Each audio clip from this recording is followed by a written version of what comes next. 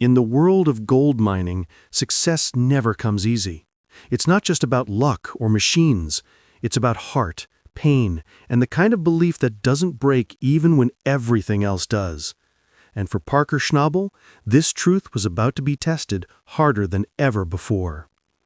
The Klondike has always been known as a land that rewards the stubborn, the kind of place that hides its gold deep beneath layers of frozen earth, daring anyone to come and take it.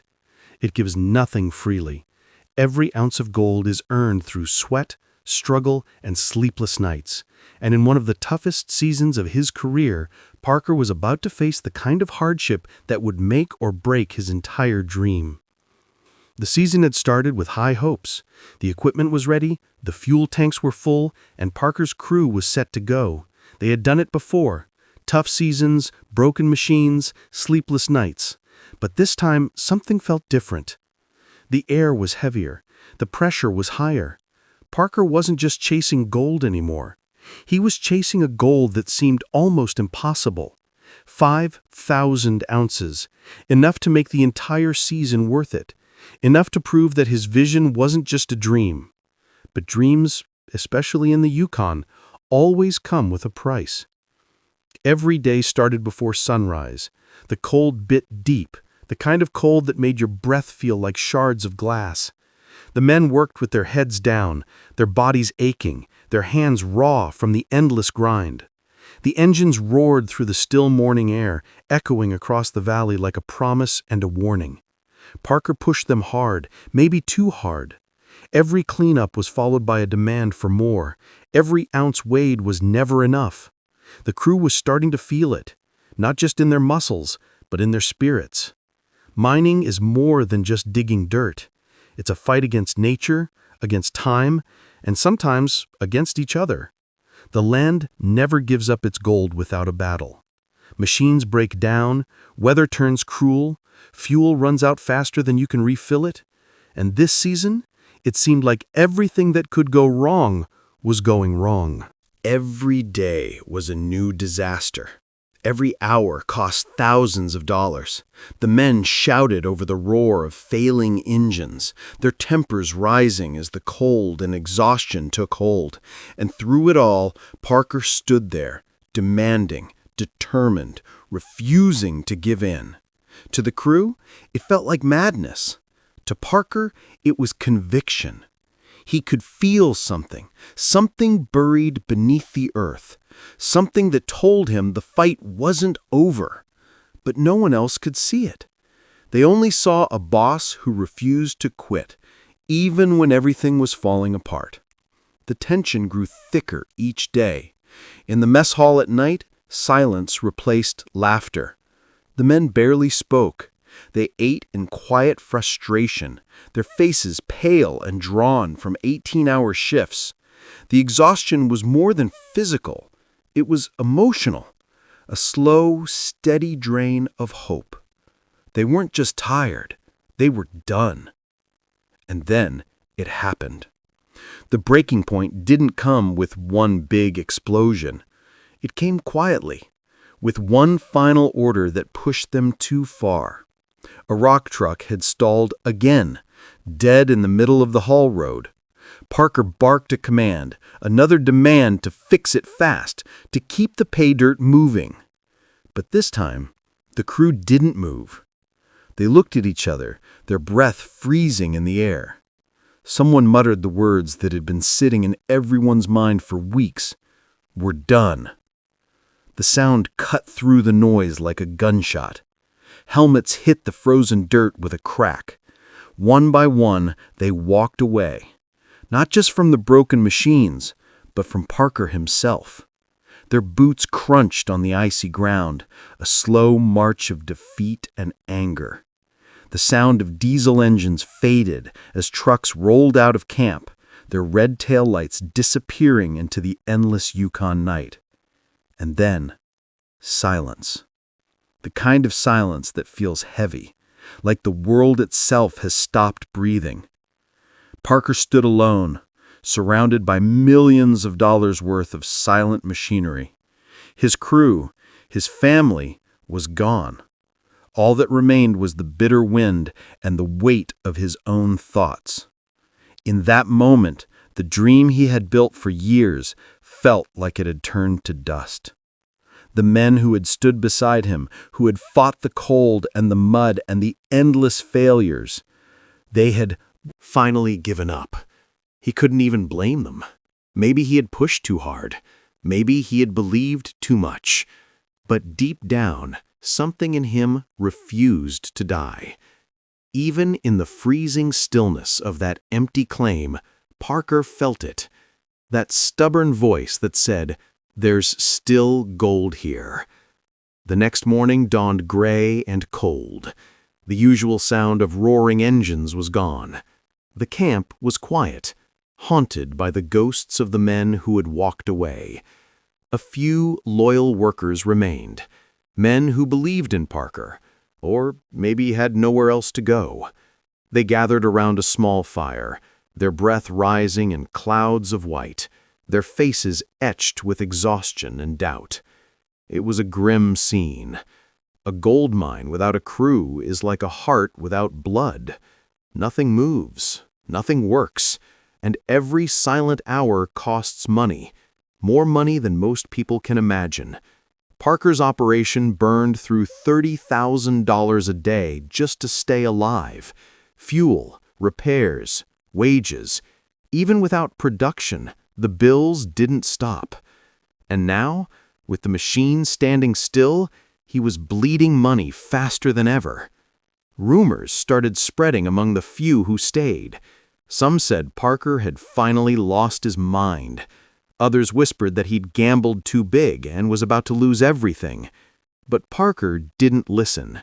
He sat at his table, maps spread out before him, his eyes scanning every line, every contour, every forgotten inch of land.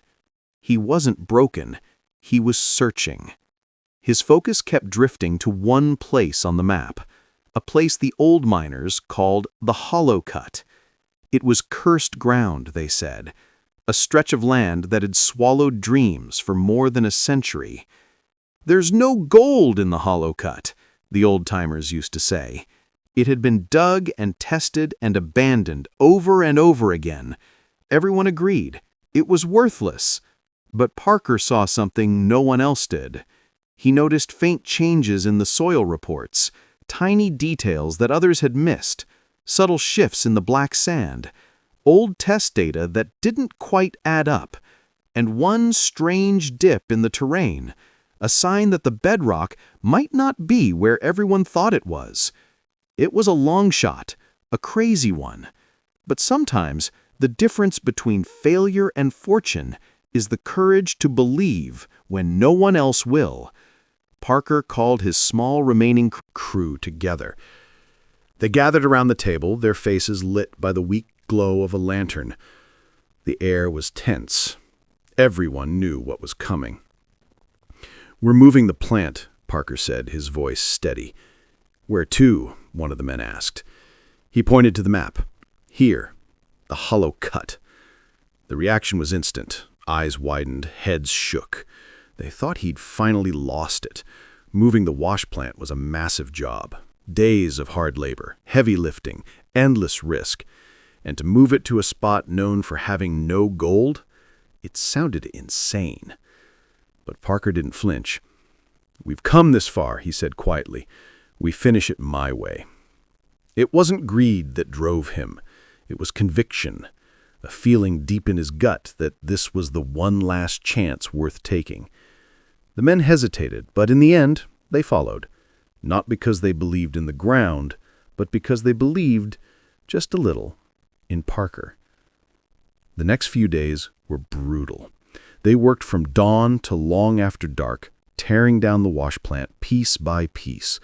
The cold cut through their gloves, the machinery groaned under the strain, every bolt, every cable felt heavier than the last. But slowly, painfully, they rebuilt the plant in the Hollow Cut, a place everyone had sworn was dead. When the engines finally started up again, the sound echoed through the valley like a heartbeat returning to life. But the ground was stubborn. The first few loads of pay dirt were disappointing.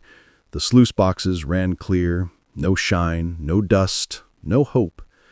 The men worked in silence, their faces set in grim determination. Each shovelful of dirt felt like another step toward the end.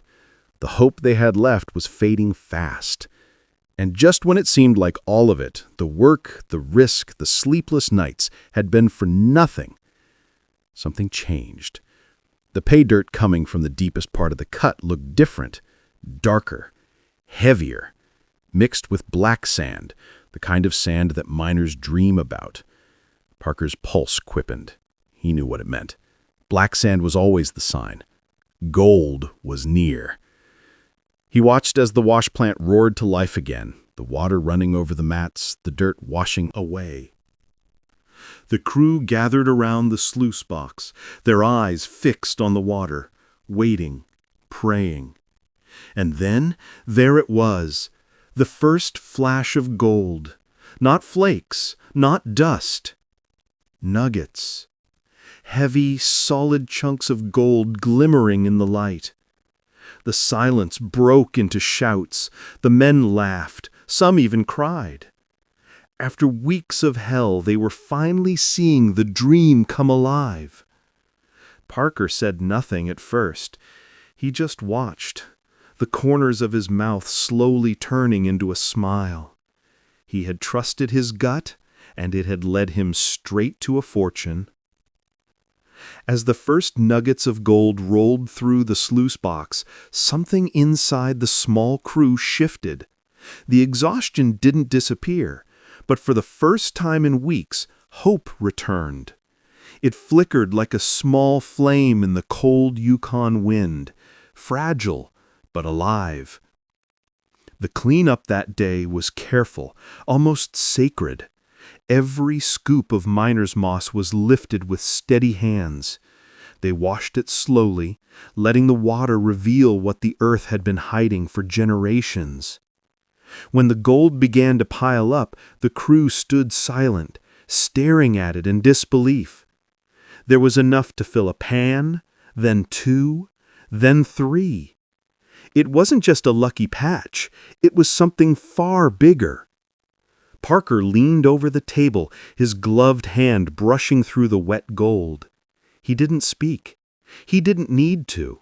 His eyes said it all. The risk had paid off. The hollow cut wasn't dead ground.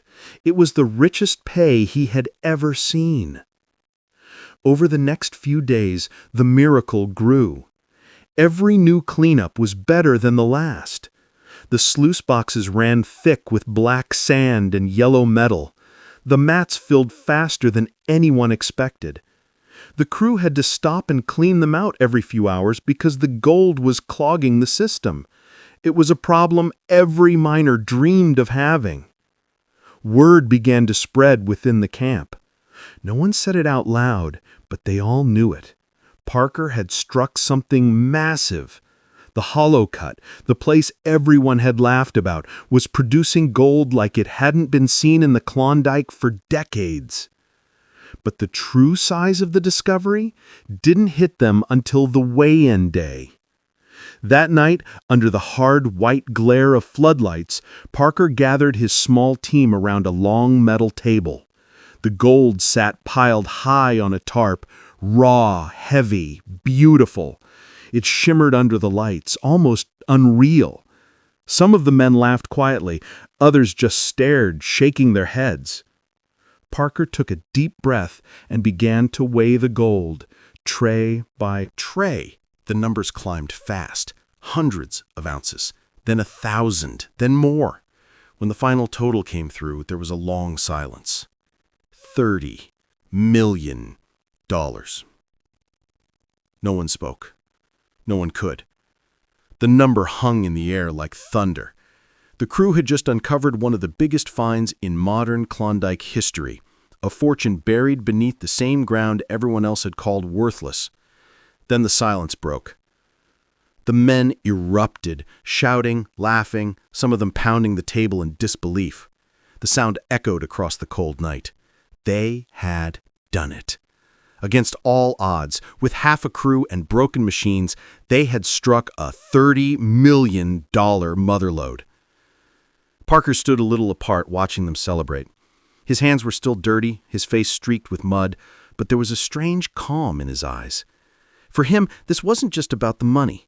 It was proof. Proof that his instincts were right. Proof that sometimes belief matters more than luck. But in the Yukon, no secret stays hidden for long. Word of Parker's discovery spread like wildfire. Truckers whispered it on the radio. Bush pilots talked about it in small-town bars. Rival miners traded rumors about the kid who found the impossible gold. In a place where fortune is everything, news like that travels faster than the wind. And soon, the story reached the ears of the men who had walked away. Some were drinking in Dawson City when they heard. Others were already far away, working on other claims or trying to forget the season that had beaten them down. But the moment they heard Parker's name and that number, 30 million, everything stopped. It hit them like a punch to the chest. They had been standing on that same ground. They had walked away from the machines just hours before the discovery. They had left behind the very thing they had been breaking their backs for all season. Regret doesn't come all at once. It creeps in slowly, a quiet voice in the back of your mind that whispers, "What if?" But for those men, the regret came like a flood. The first to return did it quietly. His truck rolled into camp at dawn, moving slow up the icy road. The sound of the engine broke the silence of the valley. When he stepped out, he looked smaller somehow. Not because of the cold, but because of the weight of his shame. He found Parker by the wash plant, still working, still pushing dirt. He walked up, hat in hand. "Boss, I made a mistake," he said quietly. "I shouldn't have left." Parker didn't answer right away. He just looked at him. Not angry, not smug, just quiet. The man kept talking, his words tumbling out, about exhaustion, about frustration, about losing hope. It wasn't an excuse, it was a confession. Parker nodded slowly. "You want to work?" he finally said. The man hesitated. "If you'll have me." "Then grab a shovel," Parker replied. "We've got gold to move." And just like that, the first one came back. But he wouldn't be the last. Over the next few days, more trucks arrived. One by one, the men who had left returned, their boots crunching on the frozen dirt like ghosts coming home. Some came with their heads bowed, ready to apologize. Others tried to play it cool, acting like nothing had happened. A few were honest. They admitted they'd made the worst mistake of their lives. They said they couldn't sleep, knowing they'd walked away from what turned out to be the richest ground in years. But not everyone returned in humility. Some came back demanding a share of the gold. They argued that they had worked those machines, dug that dirt, earned that reward. In their minds, leaving hadn't erased what they had already done. They wanted their cut, as if walking away had been just another coffee break. Parker listened to all of them. He didn't raise his voice. He didn't show his anger. He just listened to the apologies, to the excuses, to the stories. Behind his calm stare, memories replayed. The long nights, the silence after they'd walked out, the way the camp had felt dead without them. He didn't forget that. Now he stood at a crossroads. The businessman in him knew he needed manpower. Mining at this scale couldn't run on pride alone. He needed those men, their skills, their strength, their hands on the machines. Every idle hour cost money. But the man beneath the hard hat, the one who had been abandoned when everything was falling apart, saw something else. Trust.